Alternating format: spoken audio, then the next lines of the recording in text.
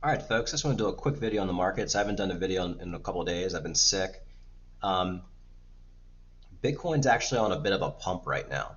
Now, this is something that we kind of expected if the CPI numbers actually were going to come down a little bit, or at least the inflation numbers. And that's what happened. Inflation has come down a little bit. Stock market's pumping and Bitcoin's pumping. I'm going to make this video short because I have a little bit of a sore throat, but one of the biggest guys I've been following, Gareth, has basically said he's looking for a $25,000 to $28,000 Bitcoin before Bitcoin dumps back down to 17,000, and that's kind of what I'm expecting as well. So what we should be doing with this pump is basically treading lightly, and we should be ready to take profits if need be. Like I've been saying for the past couple months, I don't think Bitcoin is going to go bullish until we get closer to that halvening, and that halvening is not happening until 2024. So maybe like mid 2023.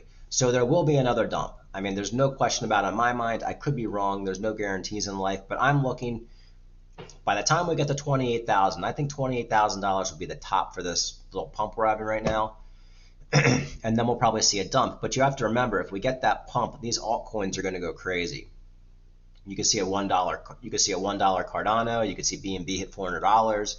Ethereum could easily go over $2,200. The question is, we just don't know when this is going to dump.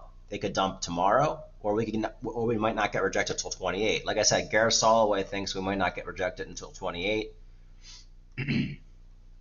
Theta's still hanging out there at 160. Not a bad time to take some profits. I'm still waiting for a possible $2 Theta to take my profits. So that's pretty much it, folks, for basically the Bitcoin market. Like I said, if you're in profit, just be ready to take profits. We're not seeing a $100,000 Bitcoin and a $3 Cardano until we get closer to the happening. People just need to realize that. If you realize that, you're ahead of the game. Let's listen to Gareth Soloway briefly. I have basically a small chance that we hit 28 and change, which would be this underbelly of all this consolidation. Whether it's 25.5 or 28.5 or somewhere in there, I do think that there's another leg down on crypto. Chances are, and again, notice how when the stock market bottoms, the NASDAQ bottoms, that's when crypto bottoms. What that tells me is that if we're going to see another flush down on the stock market, chances are it's going to coincide with another leg lower in crypto. I still have it priced in to go to 12 to 13,000. A little bit more upside in crypto, but then we're going down again. It's way too easy. I mean, think about this. The markets never make it easy for investors, and bottoming out at the 2017 highs here, way too easy, way too obvious. Give us your assessment of crypto. So there's Gareth Soloway, and like I said, he's been basically 100% right on about everything in crypto since I've been following him for the last year. So there's no guarantee what he says is going to happen, but that's what I'm anticipating. I think before we hit those all-time highs in the next year or two, we're going to go probably down to $12,000, $15,000 Bitcoin. So tread lightly, folks. Also found this Cardano article. The one thing I want people to realize, there's a little controversy with Mark Cuban happened a couple of days ago. He was bashing on Cardano. I want people to realize all the people who bash on Cardano were all pumping, were all shilling scams. If you look, Mark Cuban is in a class action lawsuit for promoting Voyager. So just think Crypto Banter, Mark Cuban, all the guys who were anti-Cardano or just rail on Cardano, they're all involved with scam projects. It makes you feel pretty good to be in Cardano, doesn't it? When all the scammers hate you. So just remember, folks, nobody with any credentials or any scruples has anything negative to say about Cardano. You find me one person who's an intellectual who doesn't like Cardano. It's just the scammers who are pumping Terra Luna, UST, Voyager, Celsius. They're all the people who don't like Cardano because they're not bought and paid for by Cardano. So anyway, that's pretty much that on that story, which I missed a couple days ago.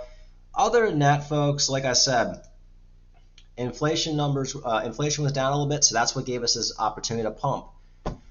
I'm looking for a $28,000 Bitcoin possibly, like Gareth Soloway says, and I think we could see a lot of these altcoins go crazy. It's not a guarantee. It's a 50-50 shot, but some of these altcoins are going to go absolutely crazy, okay, if we get a $28,000 Bitcoin.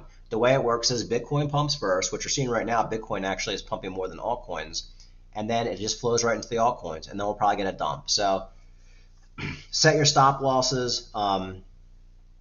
Actually, I mean, setting a stop loss right now for Cardano at like 50 cents if you bought some at 38 wouldn't be bad. Just remember, just don't get too excited. Use some common sense. I'll do another video this week when my throat clears up.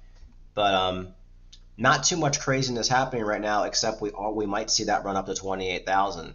And if we do, anticipate a giant dump, and we might just rinse and repeat this cycle for the next year until we get closer to the halvening, and then we get closer to the halvening, then we go bullish to $100,000.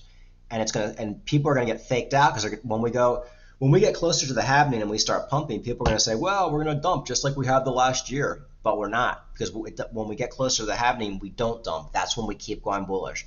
Bitcoin's not complicated, folks. It's very easy. You just have to have common sense and take emotion out of it. Have a good day.